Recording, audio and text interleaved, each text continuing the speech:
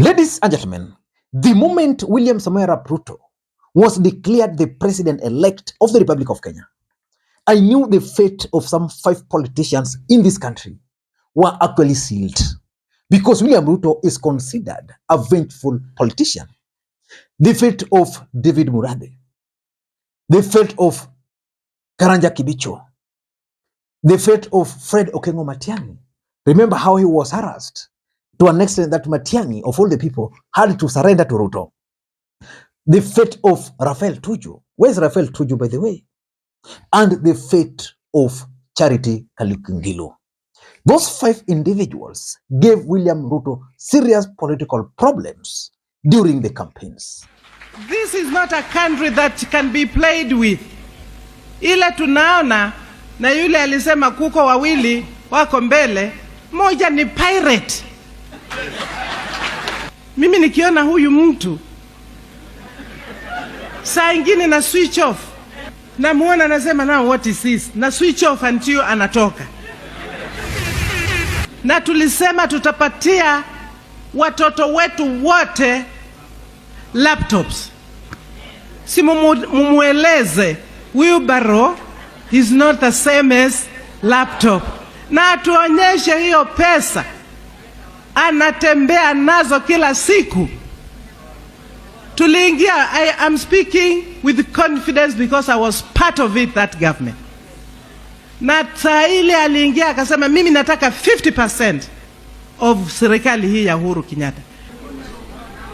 Yake yote 50% ni huyo, wale wengine ni matapeli tupu. Wale likasema matapeli.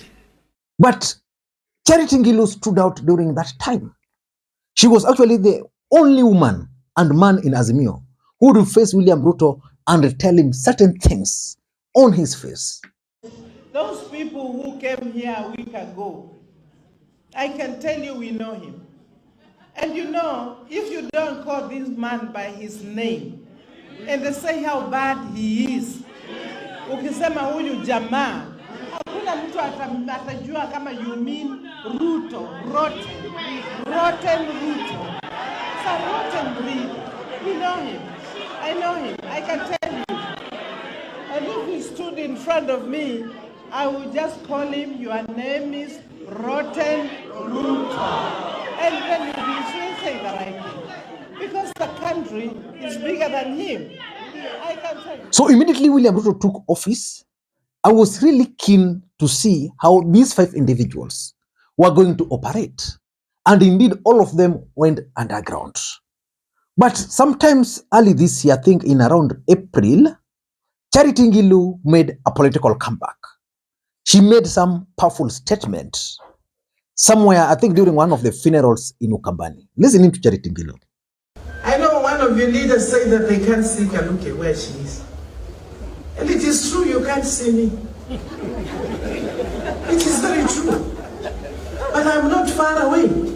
And I want to say those who are saying it, wamekuja tear gas the other day. Mimi nilikuja tear gas tangu 1992 jamani.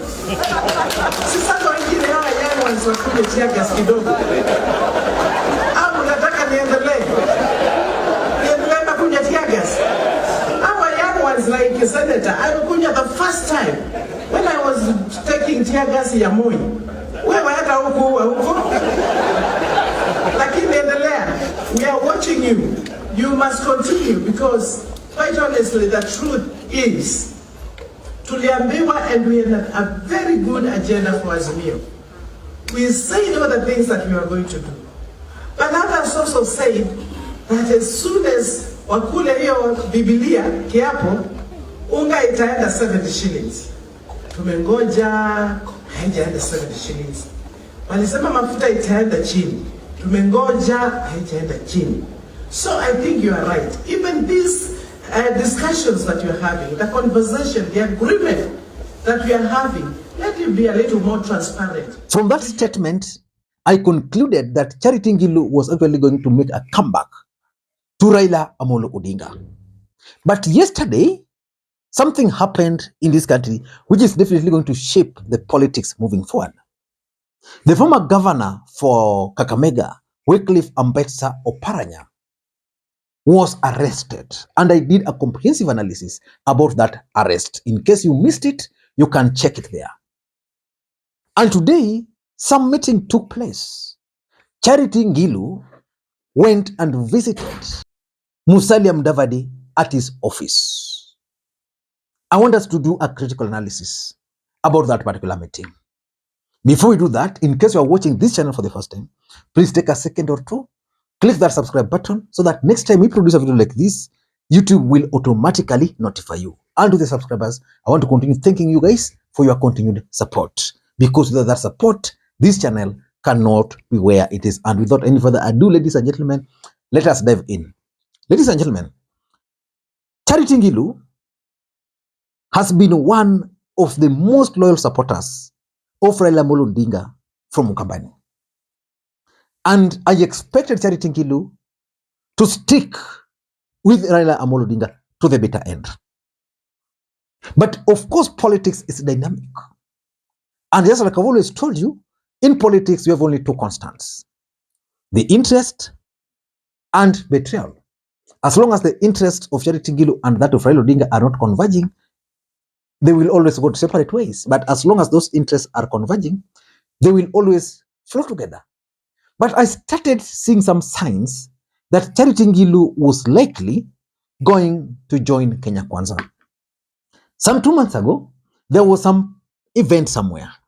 And that event was graced by none other than Musalia Mudavadi. Charity Ngilu was present at that event. And if you are keen, you would see the way they received each other. Just watch very briefly before we proceed.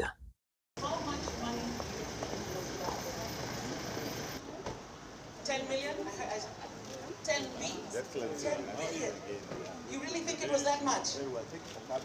It was actually 54. It was actually 54 billion. Obviously, the chair of this, And the chair of this therefore, center for just going on the internet, I know you have not met her before.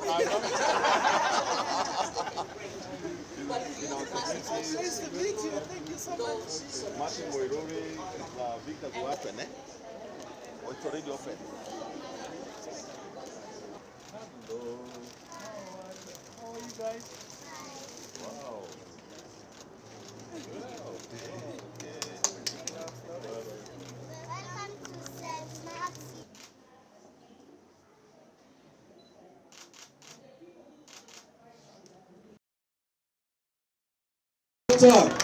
Musalia Mudavadi, Prime Cabinet Secretary of Kenya. Please, I appreciate you. Thank you. Then from there, probably this meeting today is a culmination of what they discussed off camera on that particular day. But what do you think prompted Ngilu, of all the people with her pride, to go to Musalia Mudavadi's office just a day after Oparanya was arrested? If you ask me, number one, Charity Ngilu was is preempting her arrest. You know, it is now clear that Ruto and his government are going to weaponize these bodies, the EACC, the KRA, and all of them. Charity Ngilu being a former governor, and just like I mentioned yesterday, if it was a matter of corrupt governors, I don't think Oparanya was the most corrupt governor in the Republic of Kenya, former. So Charity Ngilu has seen Oparanya being arrested, and she's convinced she might be the next. And just like my friend Ledama Olekina explained on Twitter, that we are likely to see more of these governors being arrested. And the arrests are actually going to be political. They are going to be forced to sing the praises of William Ruto. So for me, Ngilu preempted her arrest, and therefore she had to see Mudavadi meet, take photos. So that's number two. I also tend to think that political realignment are actually taking shape in the Republic of Kenya. This is the time for politicians to make the moves. Moving forward, we are likely to see more politicians making moves. And by the way, if you've been observing Azimio, 3 individuals have been very active in the past 1 week. Eugene Wamalwa, Wajakoya the 5th, and Mwangi wa area. Watch those three individuals and the steps they are making. So for me, I tend to think that there are political realignments which are taking shape in this Republic of Kenya, and Charity Ngilu is just trying to align herself, going to Kenya Kwanza, but she can't go to Kenya Kwanza directly. She has to go through Mudavadi. Then from there, she can find space. Number 3, I also tend to think that William Ruto, being William Ruto, is or has come up with a strategy to position Musalia Mudavadi or to elevate Musalia Mudavadi as a leader within Kenya Kwanza. Because, for example, Rigathi Gachagua was in Ukambani over the weekend. Was it over the weekend or just early this week? Why is it that Ngilu never went there? The truth is, when Rigathi got the platform and the mic, he literally abused campus for supporting Kalonzo. And that did not sit even well with the people down there. But now we are seeing Mudavadi organizing a meeting, and they just discussed and shared.